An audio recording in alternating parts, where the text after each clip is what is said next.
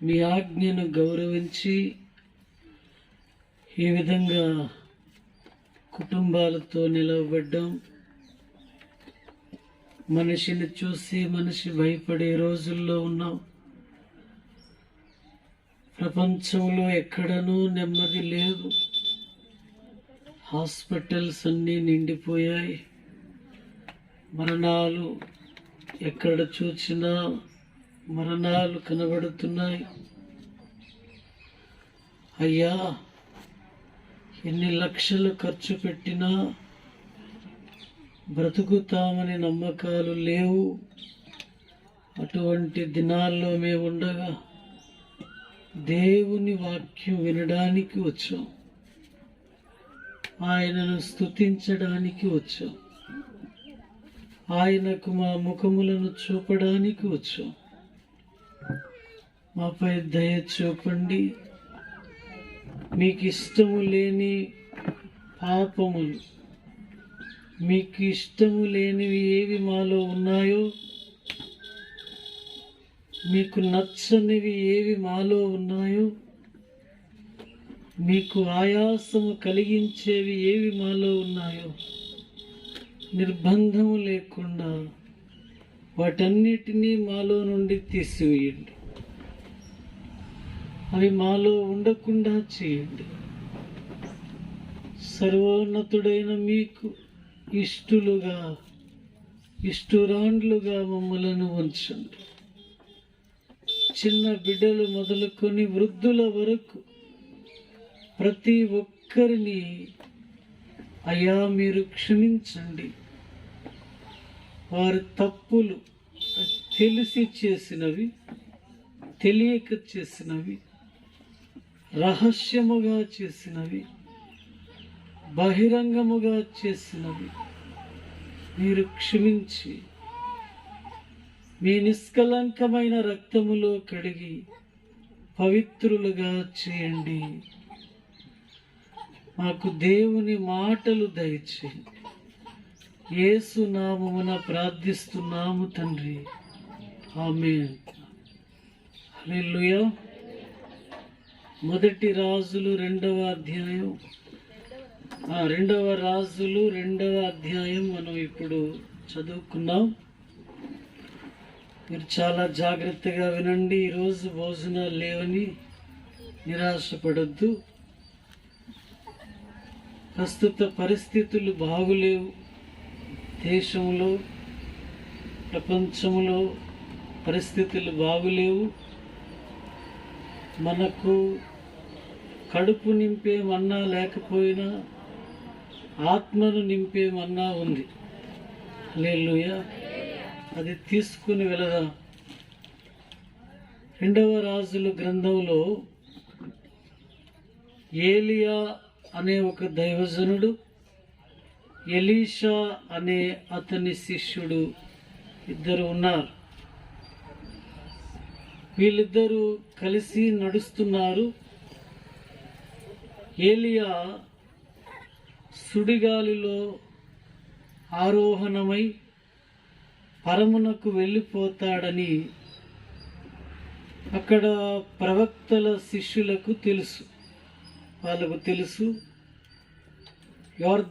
యెరికో దగ్గరున్న ప్రవక్తల శిష్యులకు, బేతేలు దగ్గరున్న ప్రవక్తల శిష్యులకు తెలుసు. అంటే ఏలియా చనిపోకుండా అతడు బ్రతికుంటుండగానే ఆరోహణమై వెళ్ళిపోతాడు. ఇది ఆశ్చర్యంగా లేదా? మీరు నా వైపు చూస్తున్నారు. హల్లెలూయా. ఏమైనా బాగు చేయాలనుకుంటున్నారు ఇక్కడ. దేవునికి స్తోత్రం. చూడండి, ఏ మనిషి అయినా భూమి మీద చనిపోయాకనే ఆయన తర్వాత పరలోకానికైనను నరకానికైనను వెళతాడు. చనిపోకుండా ఎవరు ఈ 2 స్థలాలకు కూడా వెళ్ళలేరు. చనిపోకుండానే ఏలియా ఆరోహణం అవుతాడని,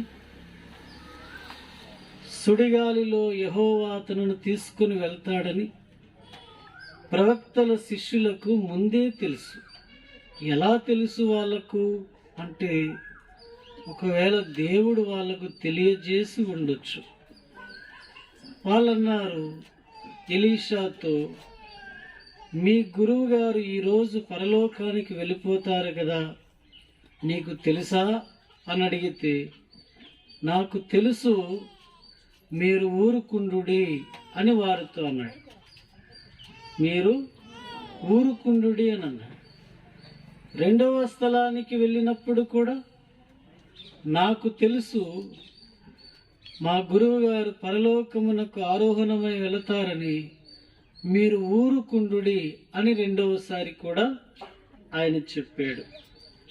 ఇంతకు ఈ ఎలీషా ఎవరు అనేది కూడా మనం చూస్తే, దేవుడు అతనిని సేవకు ఎప్పుడు పిలిచారు? 19వ అధ్యాయం, మొదటి రాజులు 19వ అధ్యాయం 20-21 వచనాలు చూద్దాం. అతడు ఎడ్లను విడిచి ఏలియా వెంట పరిగెత్తి, నేను పోయి నా తల్లిదండ్రులను ముద్దు పెట్టుకొని తిరిగి వచ్చి నిన్ను 19 నుండి చదవండి. 19 చూడండి. ఏలియా అచ్చటి నుండి పోయిన తరువాత అతనికి షాపాతు కుమారుడైన ఎలీషా కనబడెను. అతడు తన ముందరనున్న 12 అరకల ఎడ్ల చేత దున్నించుచు 12వ అరక తాను తోలుచుండెను.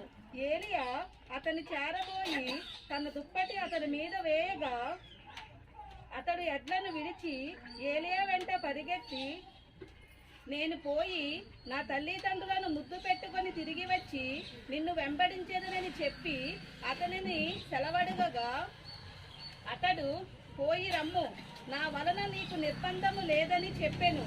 అందుకతడు అతనిని విడిచి వెళ్ళి కాడి ఎడ్లను తీసి వధించి వాటి మాంసమును గొర్తి గొనగల చేత వంట చేసి జనులకు వడ్డించెను. వారు భోజనము చేసిన తరువాత అతడు లేచి ఏలియా వెంబడి వెళ్ళి అతనికి ఉపచారము చేయుచుండెను. Praise the lord. ఏలియా వెంట వెళ్ళి అతనికి ఉపచారం చేయుచుండెను. హల్లెలూయా. ఇతడు భూమిని దున్నుతున్నాడు, అంటే ఇతనికి వ్యవసాయం ఉంది.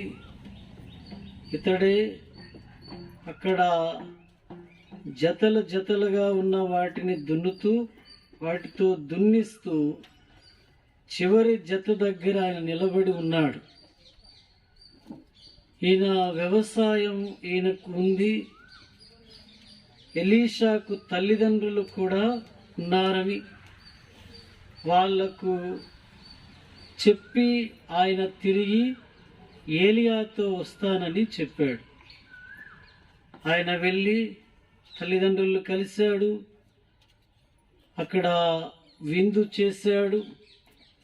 అందరికీ విందులో వారిని ఉంచి అక్కడ నుండి ఏలియా వెనక ఎలీషా వెళ్ళిపోయాడు. ఎలీషా వెళ్ళినప్పుడు ఏలియా దగ్గర ఎన్ని సంవత్సరాలు అలా ఉపచారం చేశాడో మనకు తెలియదు. కానీ ఎలీషాకు ఒక పేరుంది. ఏలియా చేతుల మీద నీళ్లు పోయేవాడు. ఏలియా చేతుల మీద నీళ్లు పోయేవాడనే ఒక పేరు ఎవరికున్నది? ఎలీషాకున్నది. హల్లెలూయా. ఎలీషాకు ఉంది. సరే, ఎలీషా ఇప్పుడు వ్యవసాయమును వదిలి ఎలీషా తల్లిదండ్రులను విడిచిపెట్టి ఏలియా అనే ప్రవక్తతోనూ దైవజనునితోనూ అతడు వచ్చాడు. ఇప్పుడు ఏలియాకు పరిచర్య అంతా ఎవరు చేస్తున్నారంటే ఎలీషాయే చేస్తున్నాడు. ఏలియాకు ఆహారం పెట్టినప్పుడు ఆయన దగ్గర ఉంటున్నాడు. అలాగే ఆయన నిద్రపోయేటప్పుడు, ఆయన లేచినప్పుడు ఆయనకు కావలసినవన్నీ అతడు చూస్తున్నాడు. ఎలీషా పని పాట లేనివాడు కాడు. ఆయన కష్టజీవి, ఆయన వ్యవసాయం ఉన్నవాడే గాని అతనికి దైవజనుల ఎడల, ప్రవక్తల ఎడల ఉన్న భయము, వినయము అక్కడ కనబడుతుంది. వీళ్ళిద్దరు ఇలా చాలా సంవత్సరాలు కొనసాగారు. 2వ అధ్యాయంలో ఏలియా సుడిగాలిలో ఆరోహణం అయిపోతాడని ముందుగానే దేవుడు ఏలియాకు తెలియచేశారు. అలాగే ప్రవక్తల శిష్యులకు కూడా తెలియచేశారు. అలా వెళ్ళిపోతూ ఉండగా ఏలియా అంటున్నాడు, ఎలీషా, దేవుడు నన్ను బేతేలుకు వెళ్ళమన్నాడు, నేనక్కడికి వెళ్ళిపోతాను, నువ్వు ఇక్కడ ఉండు అంటే ఎలీషా అంటున్నాడు, నా జీవము తోడు, నీ జీవము తోడు, నిన్ను విడువను అని చెప్పాడు. ఆ మాట అన్నప్పుడు ఏలియా సరే నాతో కూడా రా అని తీసుకుని వెళ్ళాడు. బేతేలులో ఉన్నప్పుడు మరలా ఏలియా అంటున్నాడు, దేవుడు నన్ను ఎరుకోకు వెళ్ళమన్నాడు, నీవిక్కడే ఉండు దయచేసి అంటే, నీ జీవము తోడు, దేవుని జీవము తోడు, నేను నిన్ను విడువను అని అన్నాడు. అప్పుడు ఏలియా మరలా అన్నాడు, అయితే నాతో కూడా రా అని చెప్పారు. యోర్దాను దగ్గరికి వచ్చారు.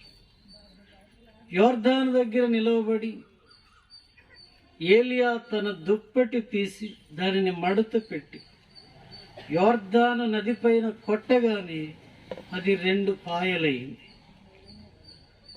ఏలియా, ఎలీషా అందులో నుండి నడుచుకొని అవతల ఒడ్డుకు వెళ్ళారు. వెళ్ళిన తర్వాత ఏలియా అంటున్నాడు, ఇప్పుడు నేను వెళ్ళిపోతున్నాను, నీకోసం ఏమి చేయాలి అని అడిగాడు. అప్పుడు ఎలీషా అతనికి చెప్తున్న జవాబు మనం ఒకసారి చదవదాం.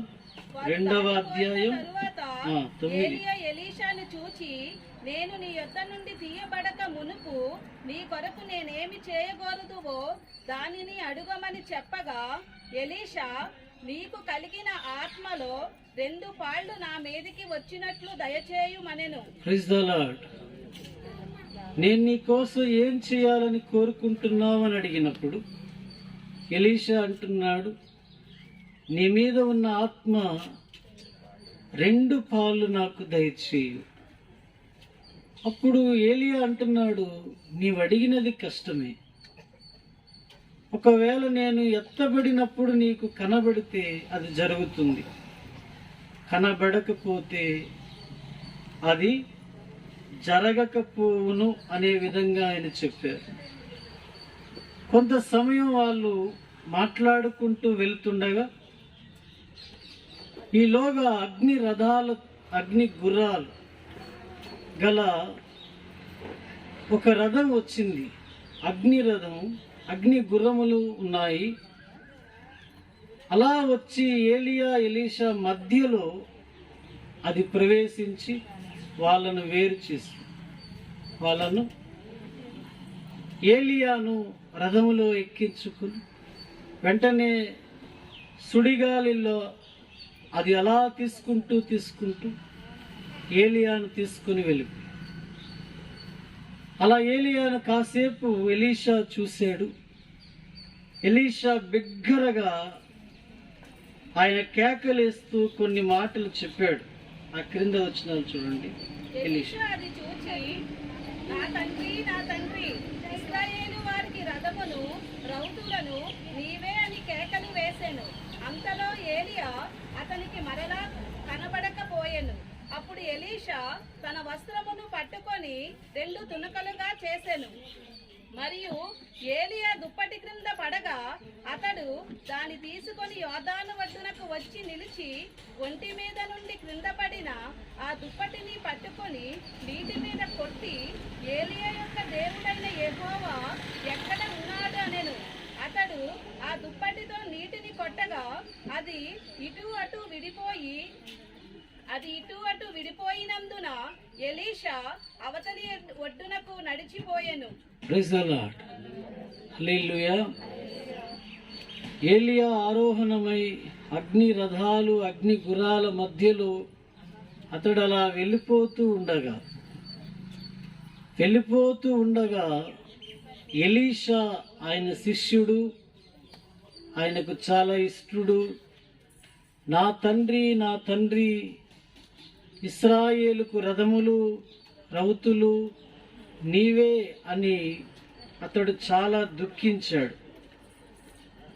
అలా దుఃఖించుండగా ఏలియా దుప్పటి అతను తీసుకున్నాడు, తన పై వస్త్రాన్ని ఆయన చింపేశాడు. ఆ దుప్పటిని పట్టుకొని ఆయన యోర్దాను నీళ్ల మీద కొట్టాడు. కొట్టి ఆయన అన్నాడు, ఏలియా యొక్క దేవుడు ఎక్కడ ఉన్నాడు అని కొట్టగానే యోర్దాను నది నీళ్లు 2 పాయలయ్యాయి. అప్పుడు వెంటనే యెరికోలో ఉన్న ప్రవక్తల శిష్యులు ఆ ఏలియా ఆత్మ ఎలీషా మీద కూడా నిలిచి ఉన్నది, ఈయన కూడా ప్రవక్త అని వాళ్ళు అంగీకరించినట్లుగా వాళ్ళు గ్రహించారు. ఆ తర్వాత ఎలీషా బలమైన ప్రవక్తగా కొనసాగాడు. అయితే అక్కడున్న ప్రవక్తల శిష్యులు అవివేకంగా ఒక మాట అన్నారు, మరి మీ గురువు గారు అగ్ని రథాలు అగ్ని గుర్రాల మీద వెళ్ళిపోయారు కదా, ఏదైనా కొండ మీదో పర్వతం మీదో లోయ మీద పడి ఉంటాడు, మేము తీసుకొస్తాం, మాకు సెలవు ఇమ్మని అడిగాడు. ఎలీషా అన్నాడు, అది అలా కాదు, వెళ్ళొద్దు అన్నారు. లేదు మేము వెళతామని వాళ్ళు అన్నారు. అయితే వెళ్ళండి అన్నారు. వారు అలా తిరిగారు. ఒక 2-3 రోజులు తిరిగి ఎక్కడా కనబడలేదన్నారు. అప్పుడు ఆయన, నేను చెప్పాను కదా, ఆయన ఆరోహణమై వెళ్ళాడు. వెంటనే ఎలీషాను ఆ దగ్గరలో ఉన్న ఓ ప్రాంత ప్రజలు వచ్చి, ఈ ఊరు నీళ్లు పాడైపోయండి, ఈ నీళ్లు బాగులేవు, పట్టణమైతే రమ్యమైనదే కానీ నీళ్లు బాగులేవని అడగానే ఆయన కొత్త కుండలో ఉప్పు వేసి తీసుకురమ్మని వాళ్ళకు చెప్పి ఆ నీళ్ల ఓట యొద్దకు వెళ్ళి వాటిని అందులో ఉంచగానే నీళ్లు బాగయ్యాయి. వాటి వల్ల ఇక ఆ ఊరిలో చావులు లేవు. తర్వాత ఎలీషా ప్రయాణమై వెళుతుండగా కొంతమంది అతన్ని చూచి బోడివాడా అని అన్నారు. ఎలీషా ప్రజలు ఆ బాలుర వైపు చూచి వాళ్ళను శపించాడు. వాళ్ళను శపించగానే 2 ఎలుగుబంటులు, ఆడ ఎలుగుబంటులు వచ్చి 42 మంది కంటే ఆ బాలురను అవి చీల్చివేశాయి. హల్లెలూయా. ఇప్పుడు మీకు అర్థమైంది. ఈ అధ్యాయం యొక్క వివరణ ఇదే. ఏలియాను దేవుడు బలమైన ప్రవక్తగా వాడుకున్నాడు. బైబిల్ గ్రంథంలో ఎందరో ప్రవక్తలు ఉన్నారు. వాళ్ళలో ఇతనిని ఓ ప్రత్యేకమైన విధానంలో దేవుడు వాడుకున్నాడు. ఏలియాను పోషించడానికి దేవుడు కాకులను కూడా వాడుకున్నాడు. కాకులు రోజు మాంసమును రొట్టెలను తీసుకుని వచ్చాయి. అతన్ని అలా ఆశ్చర్యంగా పోషించాయి. సారేపతి విధవరాలు ఇంటి దగ్గర కొంచెము నూనె, కొంచెము పిండి చాలా దినాలు వారు తిని తృప్తి పొందినట్లు చేసే. సారేపతి విధవరాలు కుమారుడు చనిపోగా ఏలియా ప్రార్థన చేసి అతన్ని లేవనెత్తాడు. ఏలియా వర్షం పడదు అని అహాబు రాజుకు చెప్పి వెళ్ళిపోయాడు. 3.5 సంవత్సరాల వర్షము పడలేదు. మరలా ఏలియా అన్నాడు, వర్షం పడబోతున్నది, ఇక్కడ నుండి నువ్వు నీ రాజ్యానికి వెళ్ళిపో అని అన్నాడు.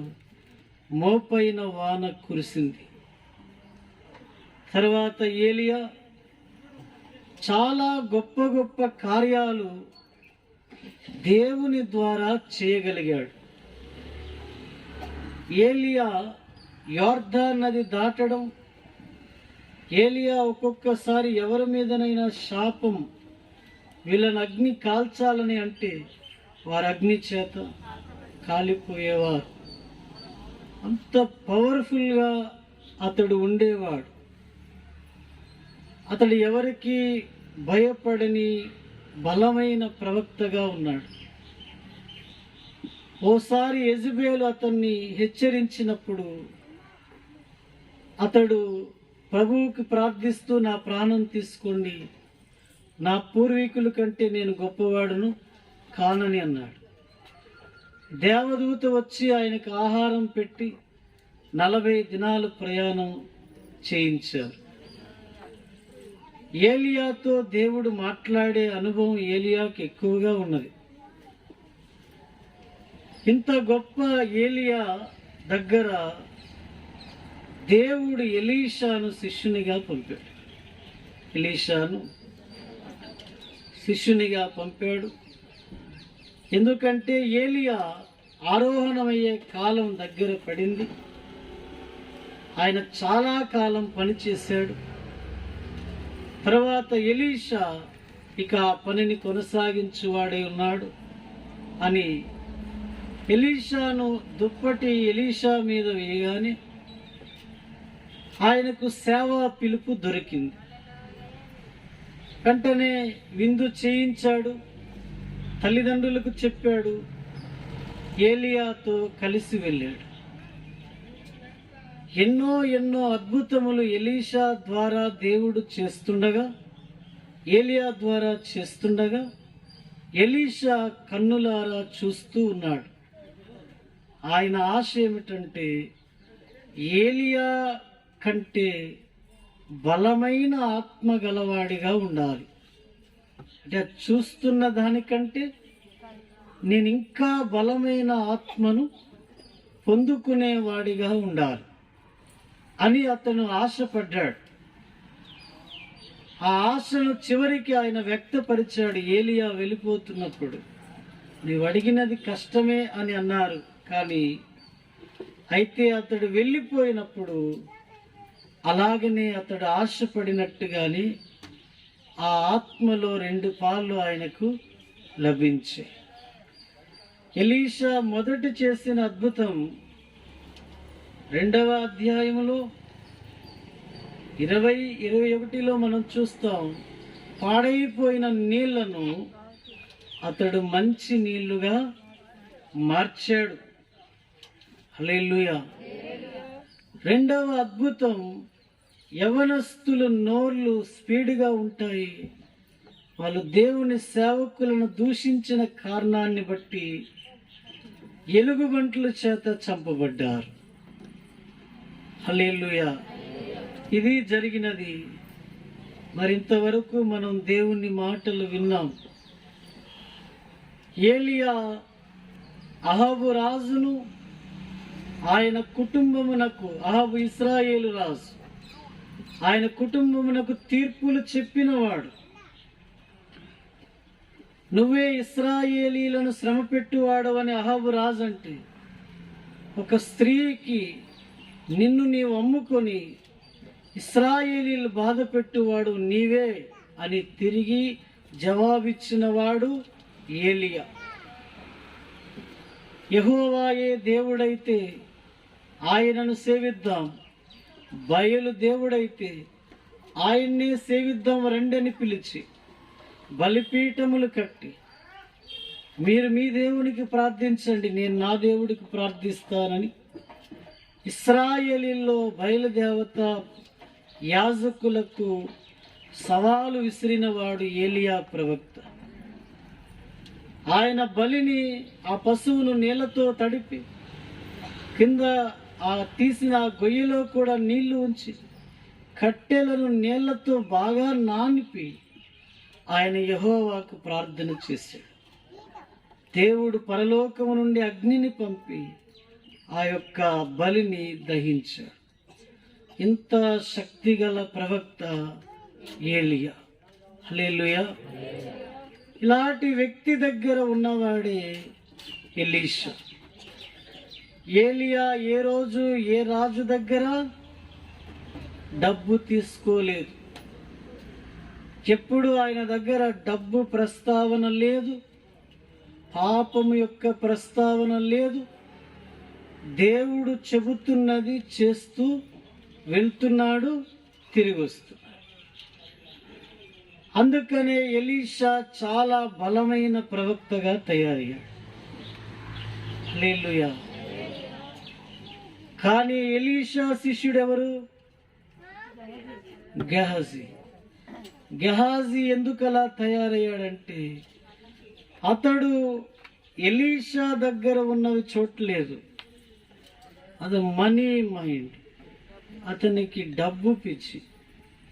అందుకని ఎలీషా తర్వాత బలమైన ప్రవక్తగా గెహజీ కాలేదు. ఎలీషా చేసిన అద్భుతాలు చాలా ఉన్నాయి, ఇక ముందు ముందు చాలా అద్భుతాలు. ఇంటిలో పాత్రలను నూనెతో నింపాడు. చనిపోయిన గనురాలు స్త్రీ కుమారుణ్ణి బ్రతికించాడు. శత్రు సైనికుల కళ్ళకు గుడ్డితనం కలుగు చేశాడు.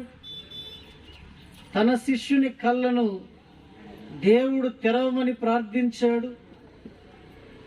ఎలీషా చనిపోయినప్పుడు ఆయన పాతి పెడితే ఆ ఎముకలకు ఒక శవము తగిలి ఆ శవము లేచిపోయింది. అంత బలమైన ప్రవక్తగా ఎలీషా జీవించాడు. హల్లెలూయా. అంటే ఏలియా పునాదుని బట్టి ఎలీషా యొక్క పునాదులు ఎంత బలంగా ఉన్నాయో మనం గ్రహించవచ్చు. హల్లెలూయా. ఇప్పుడు ఆలోచిద్దాం, ఏలియా ఎంత బలమైన పునాదులు వేసుకున్నాడో అవే పునాదులను ఎలీషా కూడా తనలోను వేసుకున్నాడు.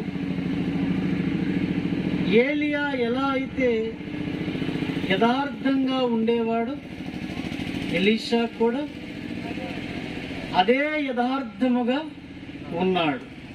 అదే యథార్థంగా ఎలీషా కూడా ఉన్నాడు. త్వరగానే వదిలేస్తాను, ఎందుకంటే ఇక్కడ ఏం లేదు కదా.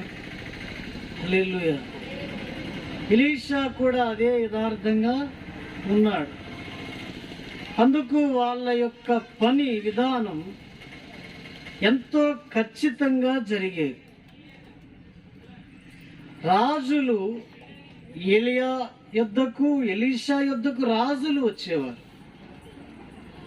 దేశ అధ్యక్షులు వచ్చేవారు, సైన్యాధిపతులు వాళ్ళ యొద్దకు వచ్చి వారి గుమ్మముల యొద్ద నిలబడేవారు. వారు ఇళ్లల్లో మాట్లాడుకున్నది కూడా ఎలీషా చెప్పగలిగినంత బలమైన ప్రవక్తగా మార్పు చెందాడు. హల్లెలూయా. ఆ పునాది ఏలియా నుండి ఎలీషాకు వేయబడింది. హల్లెలూయా. అది చాలా మంచి పునాది. మీరు ఆలోచించండి, పునాది ఎంత బలంగా ఉంటే గృహాలు అంత స్థిరముగా ఉంటాయని సహజంగా చెప్పొచ్చు. పునాది బలహీనమైతే ఎంత పెద్ద భవనమైనను అది ప్రమాదకర స్థితిలో ఉన్నదని చెప్పొచ్చు. ఇప్పుడు ఎలీషా వేసుకున్న పునాది చాలా బలమైనది. మరణం వరకు అది ఆయనకు హాని చేయలేదు. ఆయన అలాగనే కొనసాగాడు. ఒకసారి సిరియా దేశస్థుడు ఒక ఆయన వచ్చాడు. బండి నిండా ధనము, వస్త్రాలు, కానుకలు పట్టుకుని వస్తే ఎలీషా అంటున్నాడు, యోర్దాను నదిలో 7 మార్లు మునిగి నువ్వు వెళ్ళిపో, నీకు స్వస్థత వస్తుందన్నాడు. ఆయనకు కుష్టి రోగం, ఆయన పేరు నయమాన్, ఆయనకు లెప్పరసీ ఉంది. ఎలీషా ఏమంటున్నాడు, 7 సార్లు ఆ నదిలో మునిగి వెళ్ళున్నాడు. అయితే వచ్చినవాడు సైన్యాధిపతి గనుక ఆయన గర్వముగా ఉన్నాడు. మా ఊర్లో నదులు లేవా, చెరువులు లేవా, అక్కడ ములగడం నాకు రాదా అనుకొని అతడు వెనక్కి తిరిగాడు. తిరిగితే ఆయన బండిలో ఉన్న ఆ రథములో ఉన్న అనుభవం గల ఒకడున్నాడు. అయ్యా, ఎలీషా ఇంకా ఏదైనా చెప్తే మనం చేయమా? చేస్తాం కదా, 7 మార్లు మునగమన్నాడు అంతే కదా, రండి మునగదామని చెప్తే అతని మాట అతన్ని యొర్దాను నది వైపు తీసుకెళ్ళింది. ఆయన మునిగాడు మునిగాడు మునిగాడు. 7వ మారు మునిగి లేవగానే నయమాను శరీరం పసిపిల్లల దేహం వలె మారింది. వెంటనే నయమాను రథాన్ని మరలా ఎలీషా ఇంటి వైపు తిప్పాడు. ఎలీషా దగ్గరికి వచ్చి, అయ్యా, ఈ కానుకలు స్వీకరించండి. ఎలీషా ముఖమైనా చూడకుండా అంటున్నాడు, ఈ కానుకలు ఏవి వద్దు, నీ దేశానికి నువ్వు తీసుకుని వెళ్ళిపో. అప్పుడు నయమాను అంటున్నాడు, మా దేశంలో కానీ ఏ దేశంలో కానీ దేవుడు లేడు, ఇశ్రాయేలు దేవుడే దేవుడు, ఇక్కడ మట్టి నాకు కొంచెం ఇప్పించండి అన్నాడు. ఆ మట్టి పట్టుకుని ఆయన పోయాడు. అలా వెళ్ళిపోతుండగా ఎలీషా దగ్గర శిష్యరికానికి వచ్చిన వాడు గేహజీ ఓ భయంకరమైన అవమానకరమైన తప్పు ఒకటి చేశాడు. అయ్యా అయ్యా, బండి వెళ్ళిపోతుంటే పరిగెత్తుకుని వెళ్ళి, ఇప్పుడే ప్రవక్తల శిష్యుల్లో 2 వచ్చారు, వాళ్ళకి ఇవ్వడానికి ఏవైనా కావాలని మా గురువు గారు అడిగినట్లుగా అతడంటే కొన్నేమిటి నీకు కావలసినవన్నీ తీసుకొని చెప్తే అతడికి నచ్చినవన్నీ పని మనుషుల తలల మీద పెట్టి ఇంట్లో సర్ది ఏమీ ఎరగని వాడిగా ఎలీషా దగ్గరికి వచ్చి నిలబడ్డాడు. ఎలీషా సామాన్యమైన ప్రవక్త కాడు కదా. గెహజీ, నువ్వు ఎక్కడికి వెళ్ళావు అని అడిగితే పచ్చి అబద్ధాల కోరి, ఎవరు? గెహజీ. వాడి నోరంతా అబద్ధాలు పుట్ట, అబద్ధాలతోనే పుట్టుంటాడు. వాడి పేరు మార్చిస్తేనే మేలు. గెహజీ తీసేసి అబద్ధాలోడు అని పెడితేనే మేలు. నేను ఎక్కడికి వెళ్ళలేదండి అని అన్నాడు. అని అంటే ఎలీషా అంటున్నాడు, నువ్వెక్కడికి వెళ్ళావో నా ఆత్మ నీతో కూడా వచ్చింది. ఇవి ధనము సంపాదించుకునే సమయమా అని వెంటనే ఆయన్ని గద్దించి, అతడు వదిలిపెట్టిన కుష్టి రోగం నీకు నీ కుటుంబానికి వస్తుంది చెప్పగానే గెహజీ అలా అలా వెనక్కి వెళ్ళిపోయాడు. మరి ఎన్నడూ ఎలీషాను కలవలేదు. పోనీ గెహజీ, అయ్యా తప్పయింది, నేను ఇలా చేశానని ఒప్పుకున్నాడు అనుకున్నారా? కుష్టి రోగంతో పోయాడే గాని పశ్చాత్తాపడే గుణం అతడిలో. ఎందుకు అంత పెద్ద రోగం ఆయన మీదకి వచ్చిందంటే దేవుని పేరు మీద జరిగిన నాటకం అది. మీరు మీ సొంత నాటకాలు వేసుకోండి, దేవుని పేరు మీద నాటకాలు డ్రామాలు వేయకూడదు. అయ్యా, ఎలీషా దగ్గరకు ప్రవక్తల శిష్యులు వచ్చారని ఎందుకు చెప్పాలి? వాళ్ళకి ఇవ్వడానికి ఇవి కావాలని ఎందుకు అడగాలి? దేవుని నామాన్ని ఎందుకు ఉపయోగించుకోవాలి? ఉచితంగా స్వస్థత ఇచ్చేవాడు నా దేవుడని ఎలీషా గుండెలు చరుచుకుని ఒక చిల్లి గవ్వ కూడా తీసుకోకుండా ఉంటే ఇతడు వెళ్ళి ఎంత అవమానాన్ని కలుగు చేశాడు. దేవునికి కోపం వచ్చింది. ఎలీషా కంటే ఎక్కువ కోపం దేవునికి వచ్చింది. అందుకనే గెహజీకి కుష్టి రోగం వచ్చేసింది. దేవుని నామమును మనం ఏ కార్యక్రమాలకు కూడా వాడుకోకూడదు. హల్లెలూయా. ఆ నామాన్ని వ్యర్థంగా ఉచ్చరించకూడదు. ఆ నామమును అవసరాలకు వాడుకోకూడదు. దానిని బట్టి మనకు శాపములు ఉంటాయి. హల్లెలూయా. ఎక్కడికి వెళ్ళారు అని మీ తల్లిదండ్రులు మిమ్మల్ని అడిగితే ప్రార్థనకి వెళ్ళామని యవనస్తులు అబద్ధం ఆడతారు. మీరు నిజంగా ప్రార్థనకు వచ్చారా? రాలేదు. ఎవరి నామం మీద మాట్లాడుతున్నారు? దాని ఫలము నిన్ను ఊరికే వదిలిపెడుతుందా? జాగ్రత్త. దేవుని నామం మీద మనం ఏ అబద్ధాలైనను, ఏ మాయ మాటలైనను, ఏ మోసపు మాటలైనను చెప్పకూడదు. గెహజీ అదే చేశాడు. అలా చేయడం వలన అతనికి పోయిన లెపర్సీ ఇతనికి వచ్చింది. గెహజీ కుటుంబం అతని వలన చాలా నష్టాలు అనుభవించారు. హల్లెలూయా. మీరు వింటున్నట్టే ఉన్నారు కానీ హల్లెలూయా. అసలు నేను ఎట్టున్నానో కూడా నాకే అర్థం అవ్వలేదు. అంటే మీరు చూసే విధానం బట్టి చూస్తే హల్లెలూయా. నా కళ్ళు మిమ్మల్ని అందరినీ చూస్తున్నాయి కానీ మీ కళ్ళే ఈ డేరాలనే చూస్తుంది. డిజైన్ కనిపెడుతున్నట్టు. హల్లెలూయా. ఇప్పుడు చెప్పండి, 10 కమాండ్మెంట్స్లో నా నామమును వ్యర్థంగా ఉచ్చరించకూడదని ఆజ్ఞ ఉంది. ఆయన నామాన్ని అడ్డు పెట్టుకొని ఎటువంటి వ్యర్థ కార్యక్రమాలు మనం చేయకూడదు. నీ భార్యను వదిలేయాలని అనుకుంటున్న వాళ్ళు రాత్రి దేవుడు కళ్ళ కనిపించి నేను వదిలేయమన్నాడని చెప్తారా? అలా ఎవరి నామాన్ని వాడుకుంటున్నారు? మరికొంతమంది ఇలాంటి డ్రామాలు ఆడేవారు ఉన్నారు. హల్లెలూయా. వాళ్ళకి కలలే రావు, కలలు వచ్చాయంటారు. దర్శనములు రావు, దర్శనాలు వచ్చాయంటారు. ఊహించినవన్నీ చెప్పుకుంటారు. వాళ్ళ ఆధ్యాత్మిక జీవితాలు పరిశీలిస్తే గుండు సున్నా. వాళ్ళకు మోకాళ్ళ అనుభవం లేదు, పశ్చాత్తాపడరు, సినిమాలు మానరు, సీరియల్స్ మానరు, అపవిత్రమైన స్థలాలకు పోకుండా ఉండరు.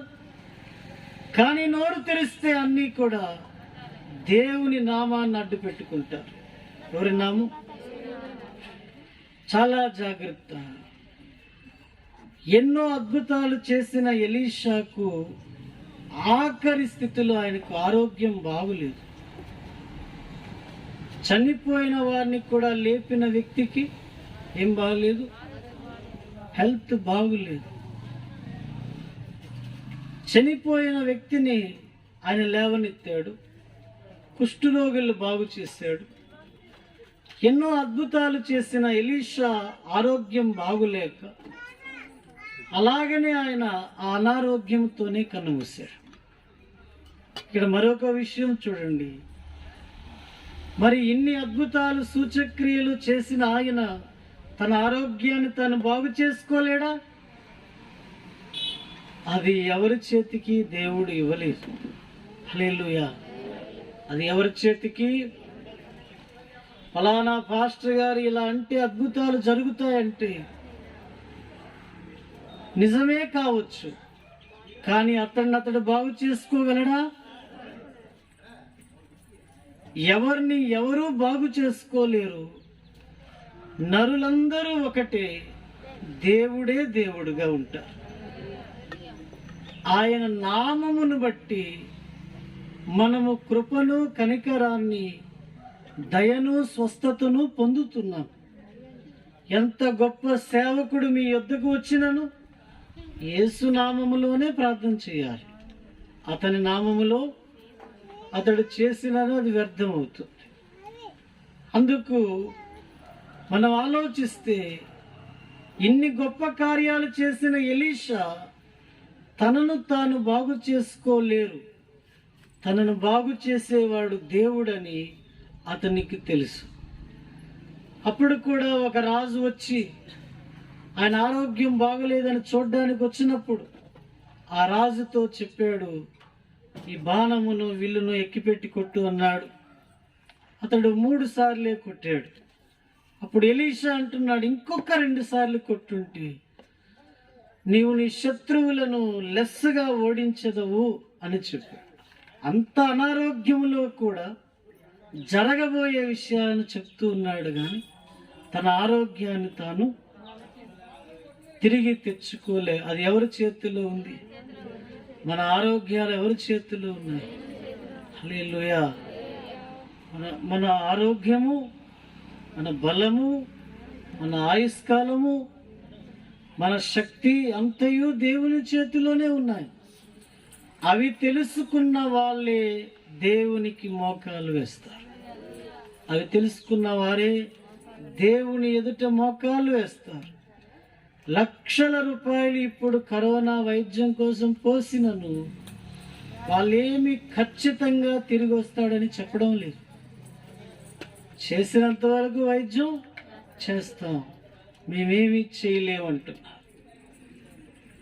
ఆరోగ్యం సామెతల గ్రంథంలో రాస్తుంది, యెహోవా యందు భయభక్తులు కలిగి ఉన్నట ఆరోగ్యమునకు ఎముకలకు సత్తువయు ఆరోగ్యమునకు మూలము అనే మాటలు అక్కడ చూస్తాం.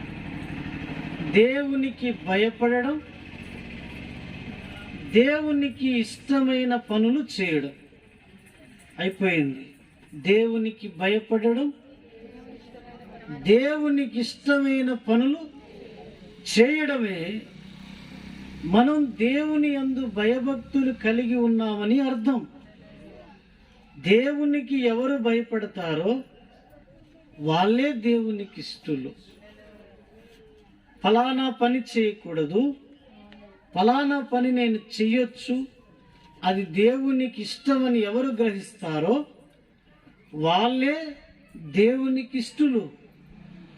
భయపడడం అనేది ఒకటి, ఇష్టాలు అనేది వేరొకటి. దేవుని ఇష్టాలను తెలుసుకోవటం, ఇది ప్రభువుకి ఇష్టం, ఇది ప్రభువుకి ఇష్టము కాదు. నేను ఈ తప్పు చేస్తుండగా దేవునికి భయపడుతున్నాను, నేను ఈ తప్పు చేయను. యెహోవా యందు భయము పవిత్రమైనది అని రాశారు. దేవుని భయం మనుషులకు ఉండాలి కదా. ప్రపంచమంతా ఇప్పుడు దేవుని భయము లేకపోయింది. అందుకనే ఈ యొక్క తెగుళ్ళు భూమి మీదకు వచ్చాయి. ఎవ్వరికీ దేవుని భయం లేదు, ఎవరు పాపమును మానడం లేదు, ఎవరూ చెడుతనాన్ని మానడం లేదు, ఎవరూ రక్షణ పొందడం లేదు. సిలువ వేయబడిన యేసు దగ్గరకు ఎవరూ రావడం లేదు. దేవుని భయం ప్రపంచంలో బొత్తిగా తొలగిపోయింది. ఇప్పుడు నా దాకా వచ్చే వరకు నాకు తెలియదనే సామెత ఒకటి ఉంది లోకం. అంటే చాలా మంది ఏమిటంటే మేము మాస్కులు వేసుకోకుండా తిరుగుతాం, మాకు ఏదో వస్తే రమ్మని చూద్దాం, వచ్చాక ఇక చూడడం ఉండదు, మోసుకెళ్ళిపోవడమే. ఇక చూడ్డానికి ఏమి, అదొక సామెత అంతే. రమ్మని చూద్దాం అంటున్నారు, సరే వస్తే మాత్రం ఇక చూడడానికి ఏమి లేదు, పేపర్లో పేరు తప్ప. హల్లెలూయా. అది ఇప్పుడు దేవుని భయం లేకనే ఇవన్నీ వస్తున్నాయి భూమి మీదకి. పాపానికి భయపడడం లేదు, చేయరాని పనులు చేయకూడదని భయపడడం లేదు. జస్ట్ అనౌన్స్మెంట్ చేశారంతే, రేపు భోజనం ఉండదని. సగం కుర్చీలు ఖాళీ చేశారు. ఇది ఎంత ఘోరమైన భయం. హల్లెలూయా. అంటే ఒకరోజు ఆపేనా? మనకు క్షేమం కోసమే కదా ఆపాం. అందరూ ఒకేసారి మాస్కులు తీస్తుంటా ఎవడ వైరస్ ఎవరిలోకి వెళ్ళిపోద్దు అని చెప్పి ఆపినందుకు మీరు ఎంత పవిత్రమైన భయంలో ఉన్నారు. హల్లెలూయా. హల్లెలూయా చెప్పండి. దేవుని కృప ఉంటే నెక్స్ట్ పెట్టేస్తే ఇలా ఆగిపోతే వాళ్ళు చనిపోతారు కదా, నరకంలోకి వెళ్ళిపోతారు. హల్లెలూయా. భయం, దేవుని భయం లేకపోతుంది మనుషులకు. దేవుని భయం లేదు. చిన్న జ్వరం వస్తే మళ్ళీ భయపడుతున్నారు. మరి దెయ్యాలకు కూడా భయపడుతున్నారు. ఇంకను కొన్ని వ్యాధులకు మనుషులు తల్లడిల్లిపోతున్నారు. కానీ దేవునికి భయపడి రాస్తారు, ఎవడు నాకు భయపడి వణుకునో నేను వానిని లక్ష్య పెట్టుదును అని రాస్తారు. నేను దేవునికి భయపడుతున్నానని చెప్పడానికి నేను ఆయనకు విరోధమైన పనులను చేయటానికి అడుగులు నేను వెనక్కేస్తుంటాను. అదొక భయం. ఇది దేవునికి నచ్చదు, అందుకు నేను ఈ పనిని చేయలేను. దేవునికి ఇది ఇష్టం ఉండదు, అందుకు నేను ఈ పని చేయను అని మనం దేవునికి విలువ ఇవ్వాలి. ఆ భయం లేకపోతే ఆయనకి ఇష్టముగా నడుచుకోవడం ఎవరి వలన కాదు. మరి హల్లెలూయా చెప్పండి. ఆయనకి ఇష్టంగా నడుచుకోవడం ఎవరి వలన కాదు. ఈ భయము మనందరిలోనూ ఉండాలి. ఉదాహరణకు ఆ ప్రాంతములో ఉన్నవాళ్ళు ఎలీషాను బోడివాడ అన్నారు. ఆయన ఒక దైవజనుడు, బలమైన ఏలియా ప్రవక్త దగ్గర శిష్యుడిగా ఉన్నాడు. అలాగా ఒక సేవకుడిని పట్టుకొని బాలురని అక్కడ రాశారు, కానీ వాళ్ళు యవ్వనస్తులు. బాలురకు ఆ ఉద్దేశాలు ఉండవు, యవ్వనస్తుల్లోనే ఉంటాయి.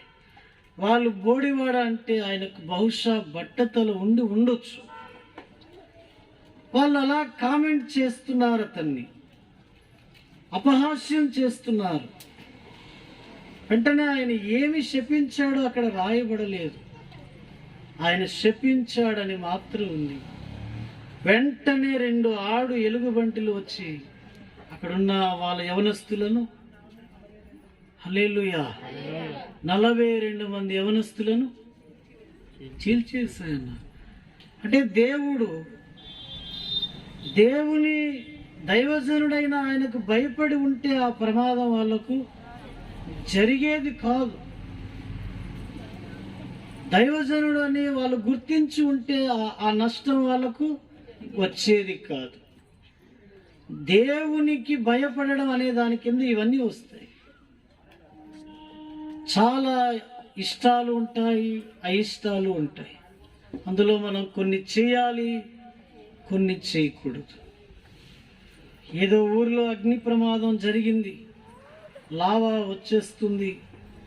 ఒక ఇంట్లో ఒక ఆమె నగలు గట్టిగా పట్టుకుంది. ఏం పట్టుకుంది?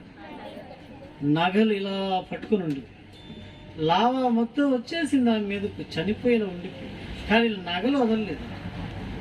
ఏం వదలలేదు అంటే ఆభరణాలు ఎంత గట్టిగా పట్టుకుందో చూడండి. మనిషే చనిపోతున్నా ఏం వదలలేదు, ఆభరణాలు వదలలేదు. అక్కడ శాస్త్రజ్ఞులు దాన్ని ఎలా కనుగొన్నారంటే, వాళ్ళే సున్నము లాంటి రసాయనాలు కొన్ని ఆ నేలలో వేస్తే నరుల ఆకారాలు కనబడ్డాయి. అందులో ఈమె ఆకారం గోడ దగ్గర కూర్చొని ఇలా నగలు పట్టుకుని ఉండిపోయి, దాన్ని వాళ్ళు వెలుగులోకి తీసుకొచ్చారు. హల్లెలూయా. ఎవరిని పట్టుకున్నాము? హల్లెలూయా. ఈరోజు చూడండి, దేవుని భయం మనుషులకు లేకుండా పోతుంది. ప్రతి మానవుడు కూడా తెగించడం, బరి తెగించడం అనే విధానంలోకి వెళ్ళిపోయి, నోటి మాటలు హద్దులుగా ఉంటున్నాయా అంటే లేవు. చిన్నపిల్లలైనా మర్యాదగా మాట్లాడుతున్నారా? వాళ్ళ దగ్గర లేదు. చిన్న పిల్లల నోళ్ళు పరిశుద్ధంగా ఉన్నాయా? లేదు. వాళ్ళ నోళ్ళలో కూడా బూతి మాటలు, అగౌరవపు మాటలు వస్తున్నాయి. పెద్దవాళ్ళలో ఉన్నాయా? దేవునికి భయపడితే నోటి మాటలు గౌరవముగా, మర్యాదగా వస్తాయి. దేవునికి భయపడకపోతే ఆ మాటలు దురుసుగాను, అవతల వారి గుండెను గాయపరిచే విధంగాను దూషణ మాటలు, దుర్భాషలు వస్తాయి. మరి దేవుని భయం లేని ఆ నాలుక పాడవుతుందా? పాడవదా? పాడవుతుంది. హల్లెలూయా. ఇంకను దేవుని భయం లేకుండా ప్రజలు ఇప్పుడు వెబ్సైట్స్ ఎక్కువ చూస్తున్నారు. ఒక పరాయి స్త్రీని, పరాయి పురుషుడు బట్టలు లేకుండా చేస్తున్న పనులు వాళ్ళు దేవునికి భయపడకుండా వీళ్ళ కళ్ళతో వీళ్ళు స్వయంగా చూస్తున్నారు. మా ఇష్టం అన్నట్లు చూస్తున్నారు, దేవునికి భయపడడం లేదు. మరి దేవునికి భయపడడం లేదు. అప్పుడు 2020లో లాక్డౌన్ కార్యక్రమంలో భారతదేశానికి ఫస్ట్ ప్రైజ్ వచ్చింది. ఎందుకు? అందరూ ఇంట్లో ఉండి ఇవే చేశారట. డైలీ హంట్ న్యూస్లో వేశారు. అందరూ ఇళ్లలో ఉండి ఇదే చేశారట. ఇతర దేశాల వాళ్ళకంటే మన వాళ్ళు చేసిన ఘన కార్యాలు, ఆ అశ్లీలమైన దృశ్యాలు, బ్లూ ఫిల్మ్స్ భయం లేకుండా చూశారు. ఏమి లేకుండా దేవునికి భయపడి నేను ఇవి చూడకూడదు అనే భయం ఇక్కడ ఉంటే వాడు ఆ కళ్ళతో అవి చూడడు. దేవుని భయం ఉండి నేను ఇవి మాట్లాడకూడదు అనే భయం లేదు. దేవునికి భయపడి నేను లంచములు తీసుకోకూడదు, దేవునికి భయపడి నేను ఇతరులను హింస పెట్టకూడదు. ఇలా ఈ భయం మనుషులకు లేకపోవడం వలననే ఏ భయం వచ్చింది? ఇప్పుడు కరోనాకు దండాలు పెట్టమనే సిద్ధం మనుషులు. అమ్మా తల్లి మా దగ్గరికి రాకు అని అన్నా అంటారు. హల్లెలూయా. వాళ్ళు దేవునికి భయపడకపోవడం వల్లనే ఈ భూమి మీదకు ఈ తెగుళ్ళు వచ్చాయి. హల్లెలూయా. మనం ఎంతో ధైర్యంగా ఉన్నాం చూడండి, కానీ ఈ ధైర్యం మనకి ఎంతసేపు ఉండదు.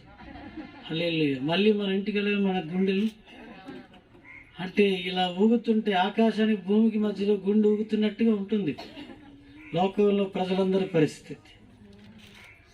చిన్న బాడీ పెయిన్స్ వస్తే చాలు ఏమంటున్నా, అయిపోయింది, ఇక నా పని అయిపోయింది. హల్లెలూయా. భర్తల్ని గదుల్లో పెట్టేస్తున్నారు, భార్యలు గదుల్లో పెట్టి కిటికీల్లో జైల్లో దొంగలకు అందిస్తారు కదా, అలా ఇదిగో అన్నం, ఇదిగో నీళ్ళు, ఆ వాళ్ళు కూడా అలాగే తీసుకుంటున్నారు. ఏంటి దొంగలు, ఏంటి ఖైదీల పరిచర్య? అయ్యో ఇంత ఘోరం. ఒకసారి ఒక విషయం చెప్పాను.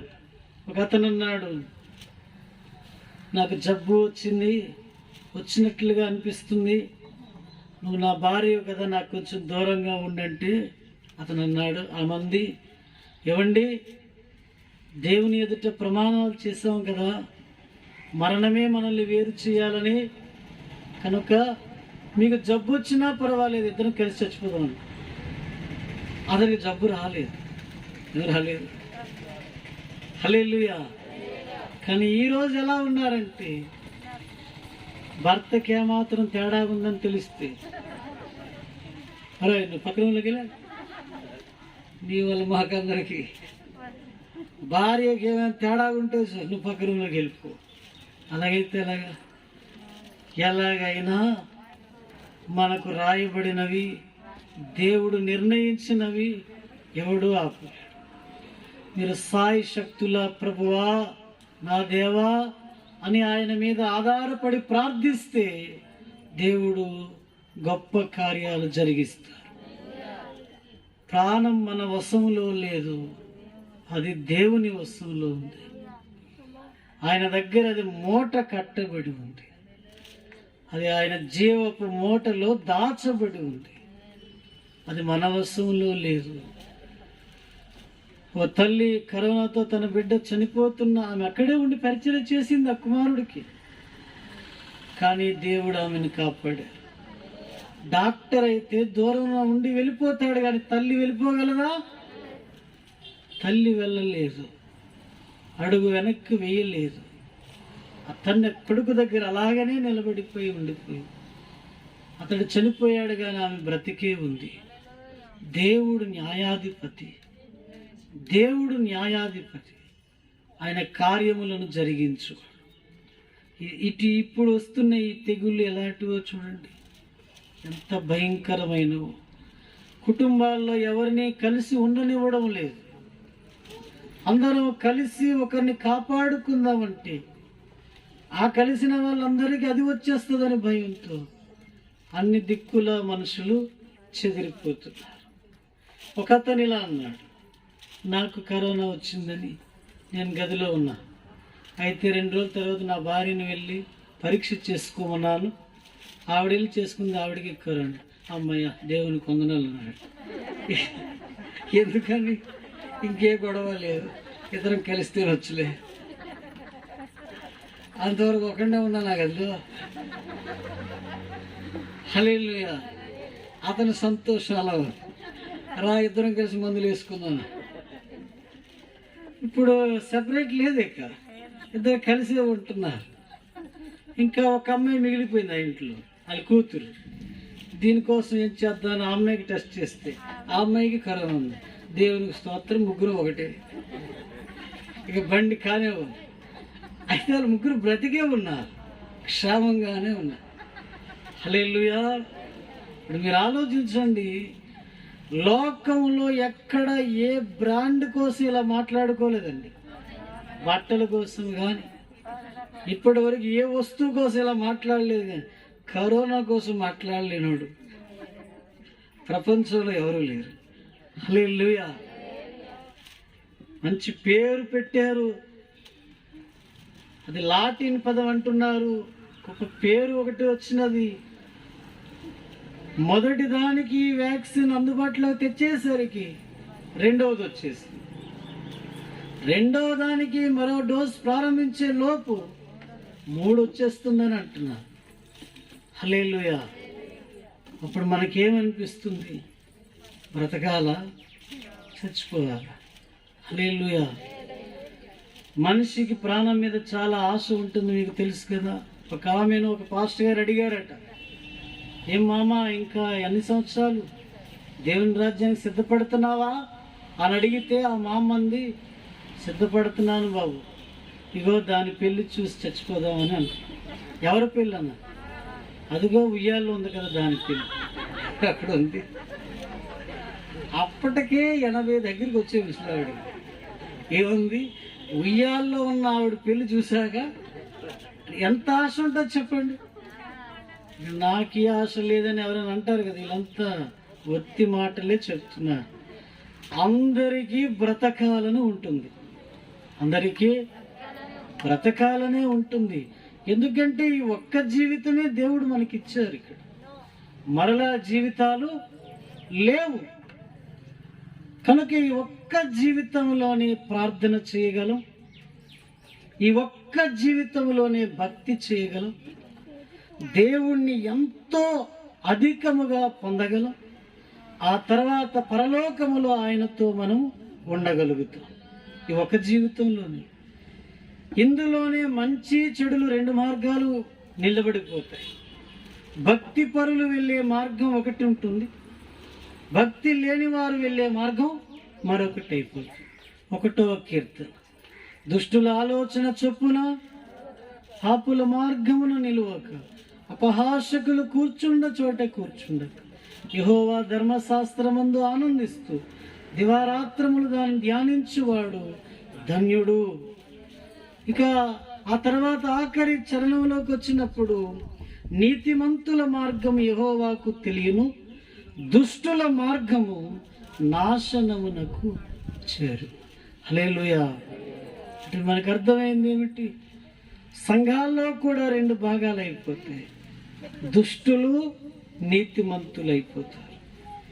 అందుకు ఈరోజు దేవుడు నీతో చెప్తున్న మాట ఏమిటంటే, ఏలియా వంటి గొప్ప భక్తి పరుల్లో ఎలీషా అలాంటి ఒక పునాదినే వేసుకున్నాడు. ఆ పునాదిని వేసుకుని ఆయన ఏమంటున్నాడంటే, ఏలియా దేవుడు ఎక్కడున్నాడు అని అడిగాడు. ఏలియాని ఇంత క్రమముగా, యథార్థంగా, పరిశుద్ధంగా, నిజాయితీగా నడిపిన ఆ దేవుడే నన్ను నడిపించాలని కొట్టాడు. యోర్దాను నది మీద కొట్టాడు. అప్పుడు వెంటనే దేవుడిచ్చిన జవాబు, నిన్ను నడిపిస్తాను అన్నట్టుగా ఆ నది చీలింది. ఎలీషాను కూడా అక్షరాల దేవుడు అలాగే నడిపించాడు. హల్లెలూయా. ఇప్పుడు చెప్పండి, మనల్ని దేవుడు భక్తి గలవారుగా నడిపించాలా లేదా? నామకార్థులుగా దేవుడు నడిపించక్కర్లేదు, మనమే నడిచేస్తాం. కానీ దేవుడు భక్తి కలిగిన వారిగా నడపాలి, ప్రార్థించే వాళ్ళగా నడపాలి, దేవుని పాదాల మీద తలపెట్టి కొన్ని గంటలు కన్నీళ్లు విడిచేవారిగా నడవాలి. ఆయన వాక్యమును అర్ధరాత్రి కూడా లేచి ధ్యానిస్తూ ఏడ్చేవారిగా నడవాలి. ఆయన శిలువ ప్రేమను జ్ఞాపకం చేసుకుంటూ నాకింత గొప్ప ధన్యతనిచ్చినందుకు వందనాలను చెప్పుకుంటూ మనము నడవాలి. ఈ గొప్ప అనుభవాలు మనం ఇప్పుడు బ్రతికున్నప్పుడే పోగొట్టుకోకూడదు. నెక్స్ట్ మే నెలలో భయంకరమైన ఇబ్బందులు ఎదురవుతాయని పరిశోధకులు చెప్తున్నారు. చాలా తీవ్రంగా ఉండబోతుందన్నారు. జూన్ నెలకు తగ్గిపోతుందన్నారు. మరి అది కూడా మనకు తెలియదు.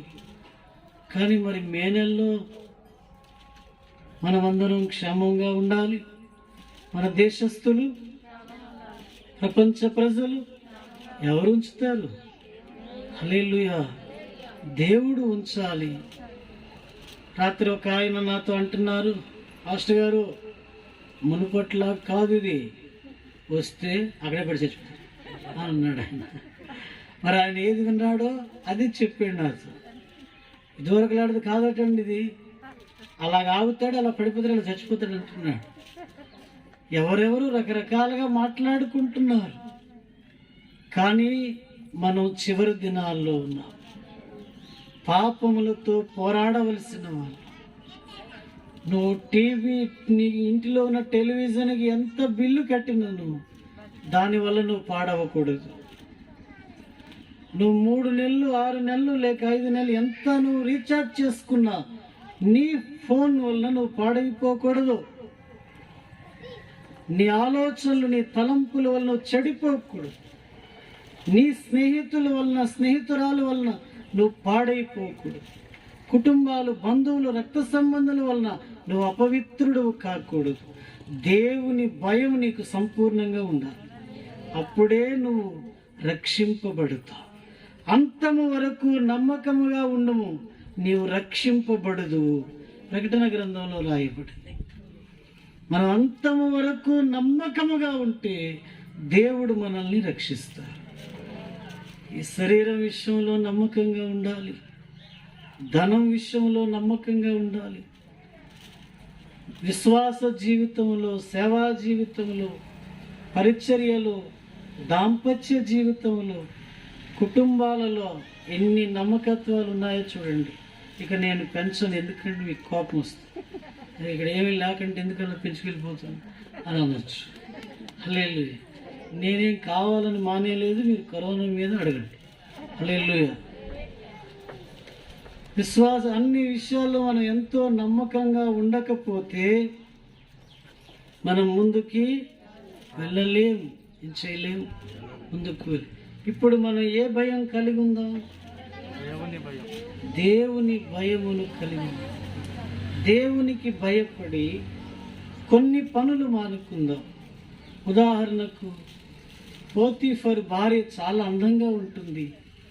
యోసేపు ఎవరికి భయపడి ఆమె నుండి పారిపోయాడు? సులభంగా చెప్పొచ్చు, అతడు దేవునికే భయపడ్డాడు. పోతీఫర్కి భయపడాల్సిన పని అక్కడ లేదు. ఎందుకంటే పోతీఫర్ను మాయ చేయగలిగిన కెపాసిటీ ఆయన భార్యకు ఉంది. అస్సలు అతనికి ఎటువంటి ఆనవాళ్ళు కూడా ఇవ్వలేదు ఆవిడ. అంత నాలెడ్జ్ ఆమెకు ఉంది. కానీ యోసేపులో పోతీఫర్ భయం కంటేను దేవుని భయం ఉండడం వలన ఆ పాపానికి అతడు ఒప్పుకొనక పారిపోయాడు. దేవునికి భయపడి చాలా పనులు భక్తి పరులు మానుకున్నారు. ఎలీషా దేవునికి భయపడ్డాడు. యెహోషువ దేవునికి భయపడి యెరికో పట్టణంలో ఉన్న అందమైన వస్తువుల్లో ఏదీ ముట్టలేదు. దేవునికి భయపడడం అనేది మనిషికి చాలా ముఖ్యమైనది. ప్రభువు నన్ను శిక్షిస్తారనే భయం కూడా మనుషులకు ఉండాలి. హల్లెలూయా. కొంతమందికి భయం ఏమీ ఉండదు. అసలు వాళ్ళ జీవితాల కోసం వాళ్ళకు కూడా తెలియదు. కానీ ఒకటి, దేవుని చేత పిలువబడ్డాము, ధన్యులు. నిత్యరాజ్యానికి ఏర్పాటయ్యాము, ధన్యులు. ఆ మార్గాల్లో నడవడానికి దేవుడు కృపనిస్తున్నారు, ధన్యులు. సూర్యుని క్రింద భక్తిహీనులుగా మనము లేనందుకు ధన్యులు. చాలామంది భక్తిహీనులుగా ఉంటారు. లేస్తారు, తినేస్తారు, ఏం చేస్తారు? పనులకు వెళ్ళిపోతారు. పని లేకపోతే ఏం చేస్తారు? దుప్పటి కప్పుకొని పడుకుంటారు. మళ్ళీ తినేస్తారు, ఏదో ఉంటే సంతోషిస్తారు, వారికి నచ్చిన చోటుకి వెళ్ళిపోతారు, మళ్ళీ వచ్చేస్తారు. వీళ్ళు ఏమిటంటే వాళ్ళను సృజించిన దేవుడు కానీ, భూమి ఆకాశము కింద ఉన్న భూమి మీద నేను ఉన్నానని కానీ, ఏదో ఒక రోజున నా కాలం చెల్లిపోద్దని కానీ వాడికి అవి ఏవీ తెలియవు. ప్రపంచంలో ఉన్న మొదటి అజ్ఞాని ఎవరు అంటే వాళ్ళే. దేవుడు లేడని బుద్ధిహీనులు తమ హృదయంలో ఎల్లప్పుడూ అనుకుంటారు. అలాగనే ఇలా కొందరు ఉంటారు. కానీ అలా ఉండకూడదు. మనం దైవ చింతనతో బ్రతకాలి. దైవ చింతన అంటే ప్రతిరోజు దేవుని మీద ఆధారపడాలి. పోతున్న ప్రాణాన్ని ఏ నరుడు తేలేడు, కానీ దేవుడు తేగలడు. దేవుడు తీసుకుని రాగలడు. ఈ గొప్ప విద్య మనకు దేవుడు వరముగా ఇస్తే చాలు. ఆయన పాదముల మీద తల పెట్టుకొని అలా ఉండగలిగే ఒక విద్యను దేవుడు మనకు నేర్పితే చాలు. ఆ విద్యను కూడా మనం నేర్చుకోవాలి. ఎక్కువ పడుకోవడానికి ఇష్టపడేవారు మోకాలేయడానికి ఇష్టపడతారు. హల్లెలూయా. దేవుని యొద్ద కూర్చోవాలనుకుంటున్న వారికి ఆ విద్య వస్తుంది. దావీదును ఒక గదిలోకి వదిలేయండి పెట్టేసి ఆయన ఏం చేస్తాడు?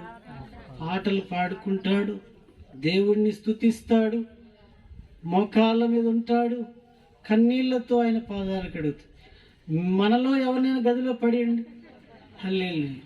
యోనాకు తండ్రులుగాను, యెజబేలుకు అమ్మమ్మలుగాను, ఇక నిద్రే నిద్ర. అవసరమైతే ఒక ఫోను, శుభ్రంగా ఫోన్ చూసి టైంకి వస్తుంది మింగేసి మళ్ళా పడుకోడు, మళ్ళా మింగడం మళ్ళా పడుకో, మళ్ళా మింగడం మళ్ళా పడుకోడు, ఇదే పని. కానీ దావీదుని గదిలో వేయండి, తిండి మీద ఇంట్రెస్ట్ పెట్టడు, అతడు ప్రార్థన మీదే పెడతాడు. దేవుణ్ణి అందుకని దావీదు నా హృదయానుసారుడు, ఉత్తముడు, సౌలు కంటే ఉత్తముడని రాయబడి. మనల్ని గదిలో వేస్తే మనం ఎలా ఉంటాం మీరే చెప్పేస్తారు. ఆ గదిలో ఒకవేళ వేస్తే కొంచెం ఆ టీవీ కూడా సెట్ చేసి అప్పుడు వేయండి. అలా ఏమాత్రం ఛానల్స్ రాని టీవీలు పెట్టకండి. అన్నీ తెలుగు ఛానల్స్ రావాలి, హిందీ, ఇంగ్లీష్ అన్నీ కూడా రావాలి. ఈరోజు కనీసం దేవునితో మాట్లాడుకోవడం, కరోనా పేషెంట్ ఆఖరిగా శ్వాస అందకపోతుంటే వాడు పిలుద్దామని టీవీ చూస్తే అక్కడ సినిమాలే వస్తున్నాయి. ఎవరిని పిలుస్తాడు? ఇక్కడ దైవ చింతనకు సంబంధించిన కార్యక్రమాలు ఎవరు పెట్టడం లేదు. అందుకనే ప్రతి ఒక్కరికి ఒక విద్య రావాలి. అది ఏమిటి? ప్రార్థన అనే విద్య రావాలి. ఈ భౌతిక విద్యలు మనం చనిపోయినప్పుడు మనతో పాటు సమాధిలోకి వెళ్ళిపోతాయి. ప్రార్థన అనే ఈ విద్య అంతము కానిది, అంతము లేదు. ఇది మనతో కూడా తండ్రి వద్దకు వచ్చేస్తుంది. హల్లెలూయా. ఈ విద్య కష్టంలో నష్టంలో కూడా ఈ తల ఏలియా కొండ మీద కర్మేలు పర్వతం మీదకు వెళ్ళి మోకాల మధ్యలో తల పెట్టుకున్నాడు. మోకాలు ఇప్పుడు మనలో చాలా మంది మోకాల మధ్యలో తలయాలి, ఎందుకంటే కడుపులు పెరిగిపోయారు. అది వెళ్ళదు. ఏలియా మోకాళ్ళ మధ్యలో తల పెట్టుకుని వర్షం పడే వరకు ప్రార్థిస్తున్నాడు. హల్లెలూయా. అలాగే అహాబు రథం మీద వెళ్ళిపోతుంటే ఊరికి, తన నగరకి వెళ్తుంటే ఏలియా కాలి నడకన పరిగెత్తుకుంటూ వెళ్ళాడు. రథము కంటే ఏలియా కాళ్ళు ఎలా ఉన్నాయి చూడండి. ప్రార్థనా పరులకు దేవుడిచ్చే శక్తి చూడండి. హల్లెలూయా. అలా చేశాడు దేవుడు. అక్కడ రాశారు, ఆయన హస్తం ఏలియాను బలపరిచింది అని రాశారు. Praise the lord. ఈ విద్య నేర్చుకోండి. దేవుడు తప్పక మనకి ఈ విద్య నేర్పిస్తారు. మేడ ఉంటే మేడ మీదకి పండి, గదులుంటే గదుల్లోనికి వెళ్ళండి, ఆయన పాదముల మీద పడండి, కొంత సమయం యథార్థంగా ఏడవండి, ప్రార్థన నేర్పించమని అడగండి. పాపములు, బాల్యం యవ్వనములో చేసిన పాపాలు ఒప్పుకోండి. ప్రస్తుతం చేసిన పాపములను కూడా ఒప్పుకోండి. ఎవరు బంగారము, డబ్బు, ఇళ్ళ పట్టాలు మీ దగ్గర ఉంటే అవి అలాగే ఉంచేయండి. అవి గౌరవంగా తీసుకెళ్ళి ఎవరి వాళ్ళకు ఇచ్చేయండి. ఎటువంటి చిన్న పరాయి వాళ్ళ వస్తువుని ఇంట్లో ఉన్న దేవుడు నీ ప్రార్థన ఆలకించడు. ఆయన ప్రార్థన నీతిమంతుల పెదవుల వైపు, ఆయన చెవులు వారి పెదవుల వైపు ఉంటాయి. కనుక ఎవరి వాళ్ళకి ఇచ్చేయండి. నిస్వార్థంగా శుద్ధ హృదయులై మోకాళ్ళుని ప్రార్థించండి. వచ్చే నెల వస్తున్న ప్రమాద సూచనలన్నీ దేవుని మీద ఆధారపడి ఎదుర్కొందాం. దేవుడు మన చుట్టూ, మన సంఘము చుట్టూ, మన ప్రజల చుట్టూ ఆయన రక్తమును కంచెగా ఉంచుతారు. ఏమాత్రం ప్రార్థన నిర్లక్ష్యం చేయొద్దు. ఆయన మీద ఆధారపడుట అస్సలు మానవద్దు. నీ డబ్బు, వెండి దేవుడు అడగడం లేదు. ఈరోజు నిన్ను అడుగుతున్నది, నువ్వు ఆయన మీద ఆధారపడాలి. నీవు ఆయన మీద ఆధారపడాలి. ప్రభువా ప్రభువా అని నువ్వు పిలుస్తూ ఉండాలి. ఎలీషా నా తండ్రి నా తండ్రి అని ఏలియాని అంటున్నాడు. మనం మన దేవుడైన యెహోవా యేసుక్రీస్తును నా తండ్రి అని మనం పిలవలసి ఉంటుంది. అలా పిలుచుకుంటూ మనం జయ జీవితాన్ని పొందుతాం. ప్రార్థన చేస్తాం.